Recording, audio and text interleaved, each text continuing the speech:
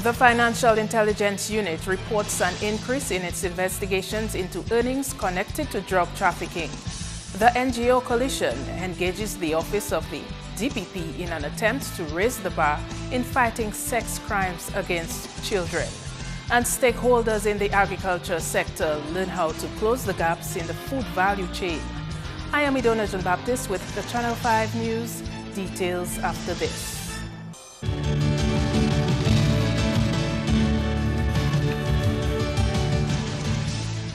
You are watching Channel 5 News. The Financial Intelligence Unit has its work cut out for it as it continues to investigate earnings related to an increase in drug trafficking. The 15-year-old FIU is responsible for investigating money laundering and illegal proceeds of crime here. Its senior financial investigator says drug trafficking is the most prominent illegal activity it investigates. It's very, very easy to understand why you would have an increase, because what is happening is it's a lucrative business. A lot of persons get involved in this business. You know, it's a quick way for them to gain some level of income without necessarily going through all the legal channels. George says their investigations of these crimes are more effective since government has strengthened legislation. In the past, what obtained is someone would be caught with drugs, for example, and these persons would be taken to court and simply given a fine. So there would be a fine of $10,000. They'd walk out of the court and pay the fine, and that's it, and that's the end of the case.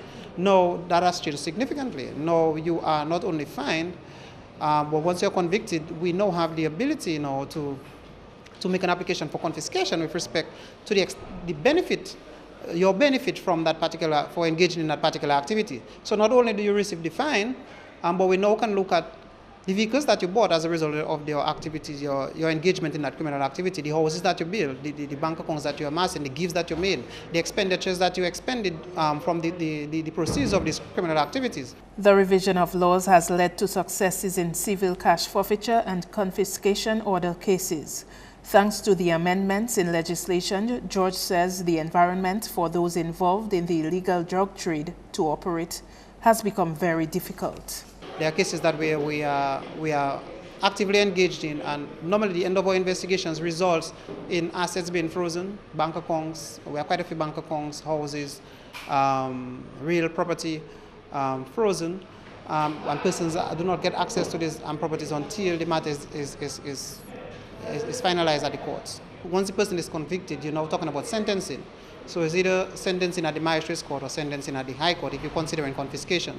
Consideration will be given by the judge as to whether these properties will be forfeited to the state or not. Still, there are provisions in the law during an open investigation for those whose assets are frozen and property seized to make an application to the court to have the police order withdrawn. A proposal is being prepared for the consideration of the Office of the Director of Public Prosecutions, seeking to improve investigative and court proceedings of sex offenses against minors. The NGO Coalition on Child Welfare is working on that document following a meeting last week with the Director of Public Prosecutions. The plan is to secure external funding in order to access the resources needed to enhance the prosecution of such crimes against children. We're actually campaigning to change the whole way cases are investigated, the whole way they're prosecuted. We want to see a family court introduced. There's a whole proposal that we are getting together. We've had some interesting meetings with the DPP, who is not unsympathetic. She's actually quite interested in the ideas that we have. What we're trying to do is assisting in the planning of what should be done so that we don't just make superficial changes. We need to change the system, and that means that everybody's got to be on the same side. And it means that if there are bottlenecks and blockages, they have to be removed. And we need to have another meeting now with the ministers responsible so that everybody's on the same page. There are specific suggestions being made by members of the NGO coalition to the DPP and the authorities. We need some help from overseas. We need some technical assistance. We need some practical assistance. We need printers and laptops so that we can do paper committals, and we need some financial assistance so that we can employ more lawyers and paralegals and administrators in the DPP's office so that we can actually expand that to have a humane way of dealing with children who want to tell what's happened to them, so that we can stop the people who are violating children. We need rape kits. Together with that, we need a system that avoids the cross-examination of a child witness in the magistrate's court. But there's a whole load of things in terms of the welfare of children who are giving evidence that need to be addressed. The opportunity for a 30-year-old Layu woman to seek higher education is within reach, as she has won herself over $100,000 in the Powerball lottery. After 1 year and 6 months, the Dominica National Lottery announced a top prize winner of the Powerball game on Wednesday. Emilia David, an employee of the Inland Revenue Division, is the lucky winner of the March draw of Powerball. She was presented with a check of $107,838 at DNL's office. I feel elated, excited, happy. Didn't expect it, but I won it and I'm glad. It's not a game for the grown folks alone, but young people can win it because I did it. I plan on furthering my education, and one of the things I want to do is, seeing that we have a TTRI scholarship going on in Layu, I think that I can give one child a scholarship in my community for 5 years. David says she's been playing the lottery game on and off for 5 years. On the agriculture scene, stakeholders in the agriculture industry are being trained on how to close gaps in the food value chain. This is among the aims of a 2-day workshop geared at increasing the value of staple commodities within the agriculture sector. The value chain exercise has become increasingly important. It provides a basis upon which the respective industries can analyze the key elements that contribute to the success of those industries. And because we can analyze the elements that are linked to the development and success of these industries, we set ourselves on the path to increase competitiveness and to increase trade nationally, regionally, and overseas. The workshop will help stakeholders make more informed decisions on how to proceed in terms of implementing programs and projects to ensure a smooth flow of products from source to end.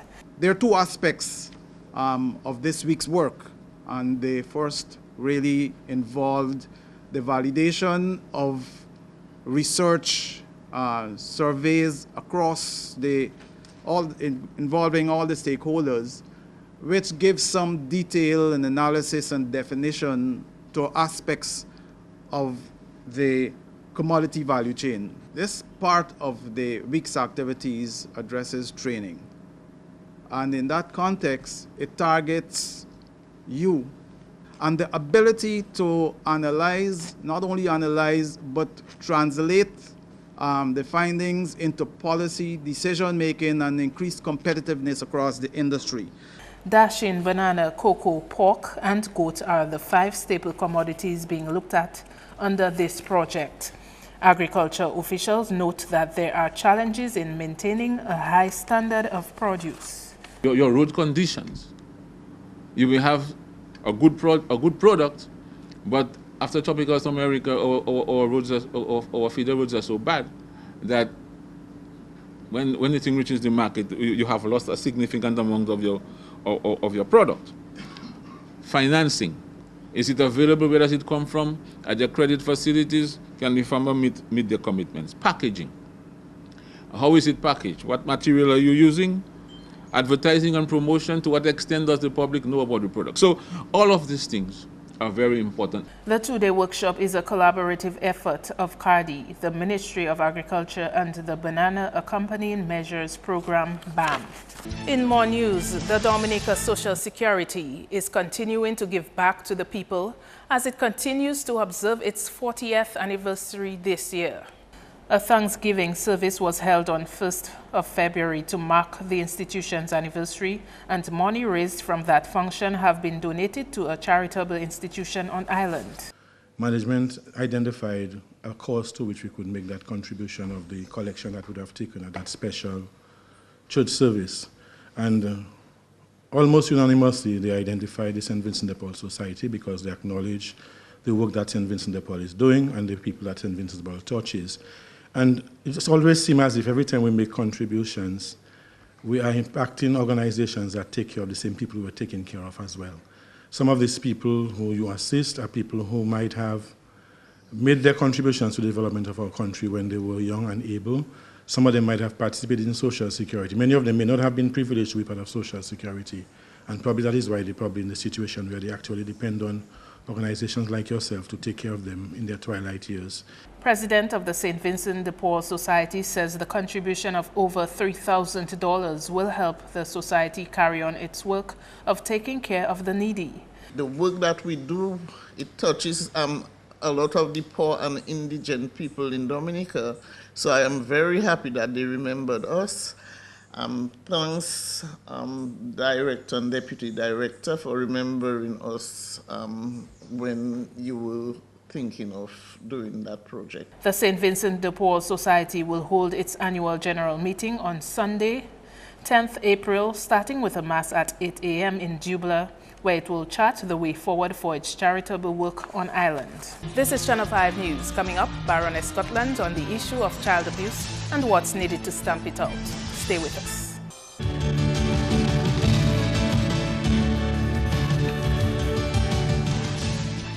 Welcome back. Consumers have been called upon to demand high-quality products from their suppliers. The remarks came from Permanent Secretary in the Ministry of Agriculture when he addressed the opening ceremony of a two-day staple commodity validation workshop on Wednesday. I prefer to see it as a circle, with the consumer in the middle of this circle, making demands on all the rest of the inputs that is required to produce what the consumer wants. So the consumer is demanding certain things. Gist says the demand from consumers will ensure that suppliers are consistent in their quality of output. There is a series of events that will lead to be able to supply this type of, satisfy that demand. And it is these activities that we have to synchronize and to make sure that they are running in a certain order to be able to deliver to the consumer what they want. For consumer satisfaction, we need to start at planting stage, at the farm gate. What happens there is very significant to what the consumer may or may not receive. And then it involves extension education, public awareness. It involves particular husbandry practices. Gist reminded participants of the workshop that international standards must be adhered to in order to secure and retain foreign markets. For sleeving of bananas, there are two different types of sleeve. There is one that has some chemical in it that some consumers don't like. So along the value chain, we have to pay attention to this type of things because the consumer is the one that determines whether this product is going to move or not. And if the consumer decides we do not like this particular sleeving that you use, they are not going to, you cannot sell the banana in a particular market. So that is very important. And then what I would like to see is to do for a few other crops what we did for bananas.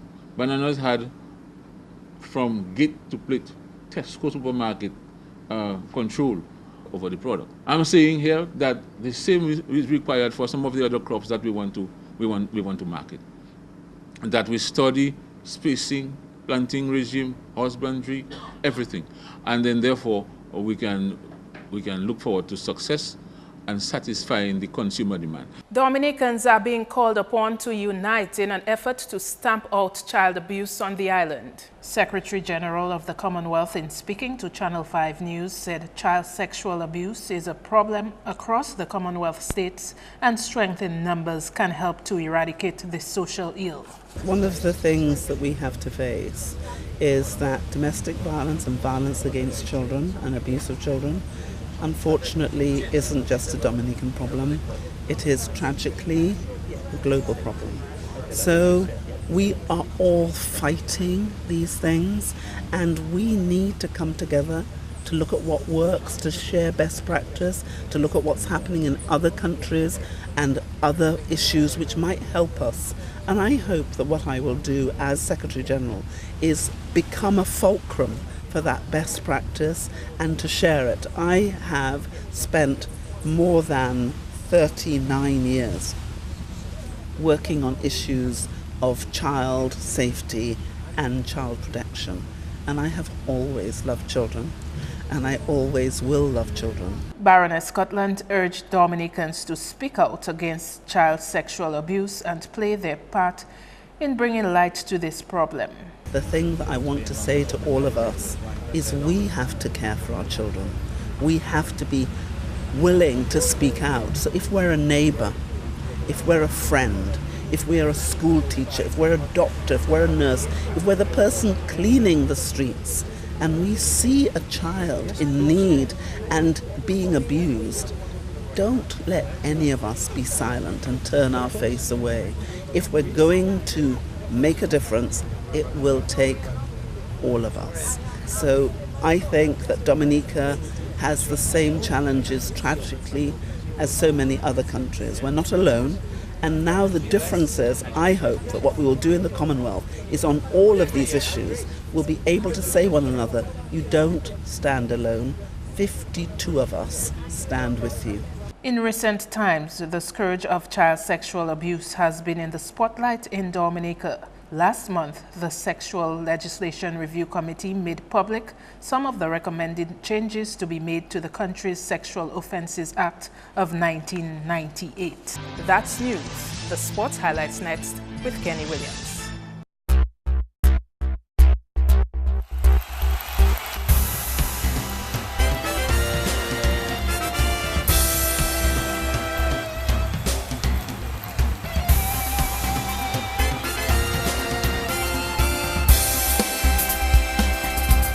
Hello everyone, and here are your sports highlights.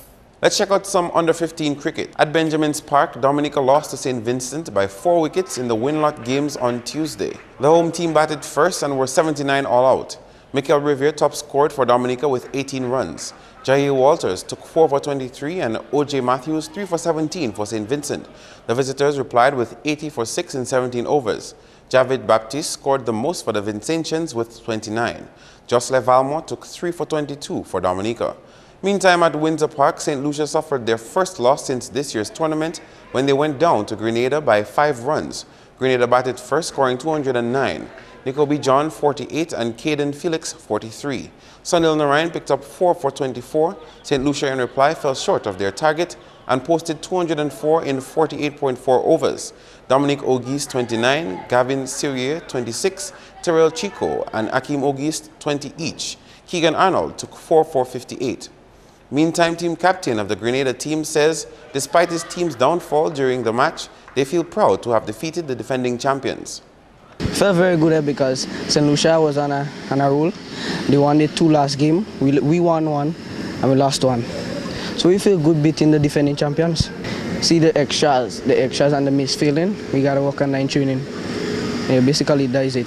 And captain of the St. Lucia squad says his team gave their opponents too many opportunities to score. We didn't keep a lot of pressure, so that allowed them to free their arms. At a point, they were scoring too many runs, and we're not restricting them.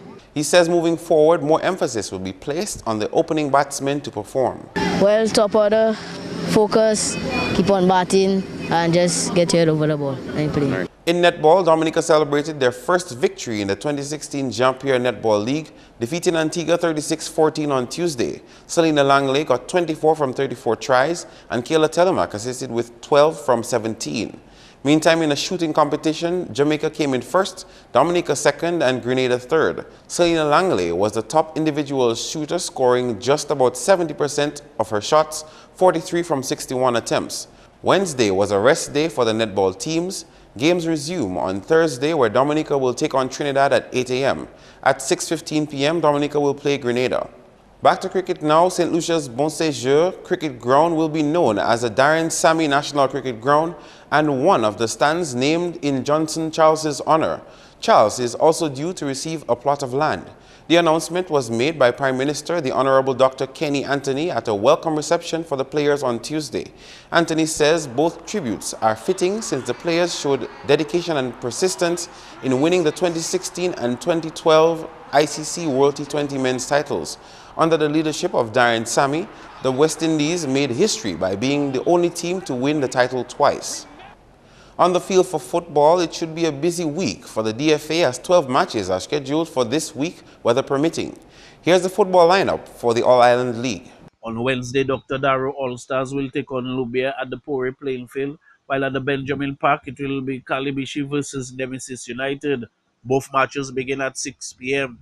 On Thursday, Wood City Strikers will come up against Dubla Football Club at the Benjamin Park at 6 p.m., while at the Pori playing field, Richards Point Michelle will battle South City All-Stars at 5 p.m. And in a doubleheader at the Newton playing field, Wayne George Academy will come up against Daly's from 5 p.m. to be followed by Bath-Estate versus Goodwill All-Stars at 7 p.m. On Friday, Digicel Newton Juvenile Academy Harlem United will take on Daddy Chess Bath Road Ambassadors at 5 p.m. in the first match of a doubleheader at the Newton playing field, while at 7 p.m. it will be Maosoka Strikers versus ACS Tarish United. And on Sunday, East Central Young Boys will come up against Buster Warner at the Castle Bruce playing field at 3 p.m. Meantime, in football from the Domlec Women's League. On Sunday, New Generation Sports Club will take on Bomber Starlights at 3 p.m. in the first match of a doubleheader at the Benjamin Park, to be followed by Wood City Strikers versus defending champions New India Goodwill Rollers at 5 p.m. And at the Newton playing field, Dive Dominica Harlem United will clash with Maosoka Strikettes at the Newton playing field at 3 p.m.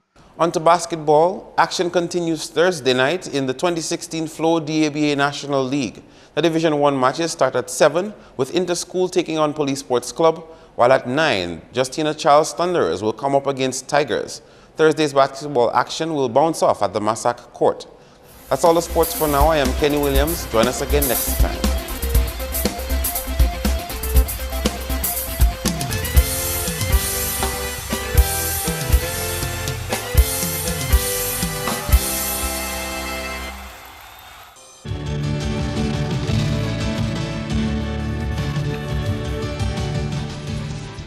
How far have we come in processing visitors at our seaports and ferry terminals in the last 20 years?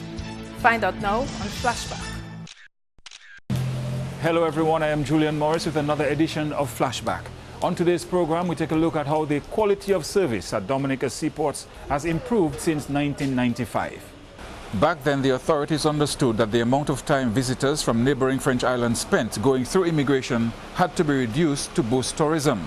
In fact, that was the idea behind the quality service course held on the 6th of April 1995.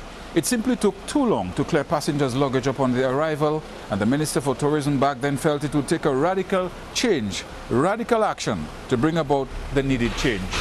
For example, there was one suggestion that the Prime Minister referred to of sending an officer to Guadeloupe or to Martinique, an immigration officer, let him clear the people on the boat, so as soon as they arrive here, they can just walk off the ship, walk off the boat. Well, back then the Minister for Tourism felt that it was not so much a problem of lack of resources as it was a need for greater resourcefulness. And what he thought was the fact that some people didn't want to change their old mindsets.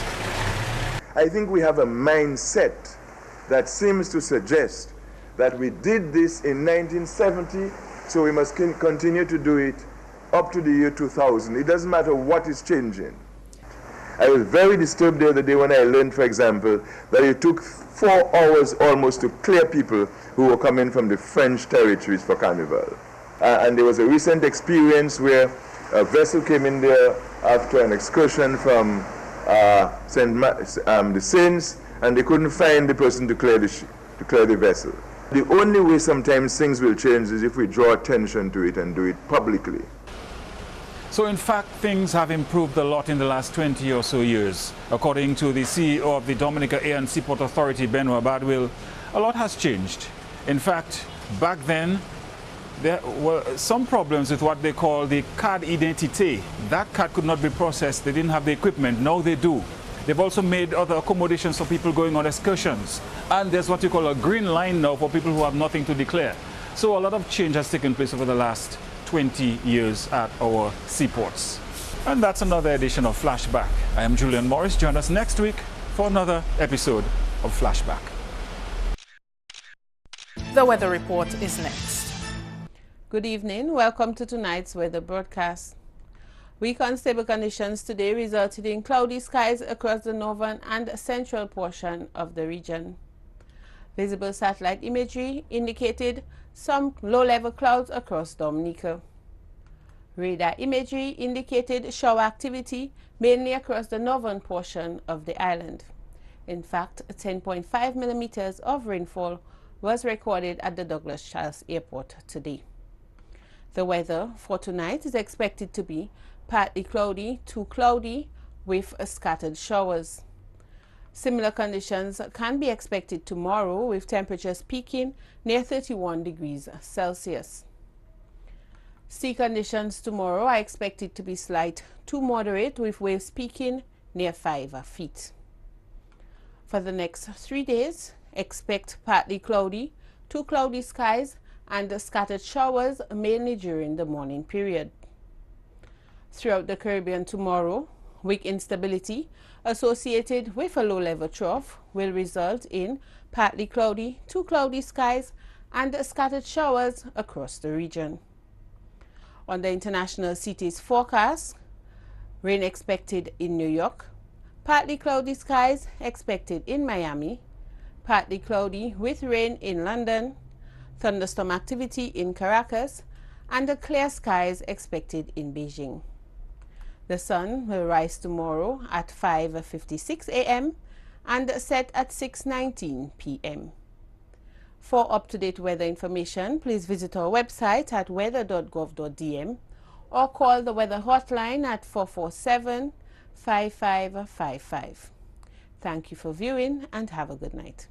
To end the news, the headlines again. The Financial Intelligence Unit reports an increase in its investigations into earnings connected to drug trafficking.